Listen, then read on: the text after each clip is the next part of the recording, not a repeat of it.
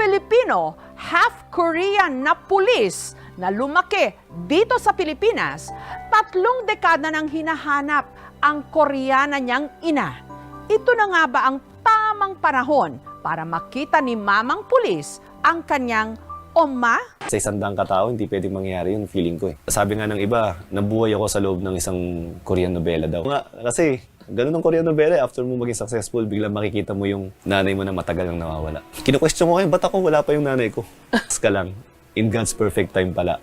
Doon yung family ko. Tapos nalaman ko na wala siyang naging asawa and naging anak. Ako lang pala yung anak niya. Parang ako lang pala yung buhay niya.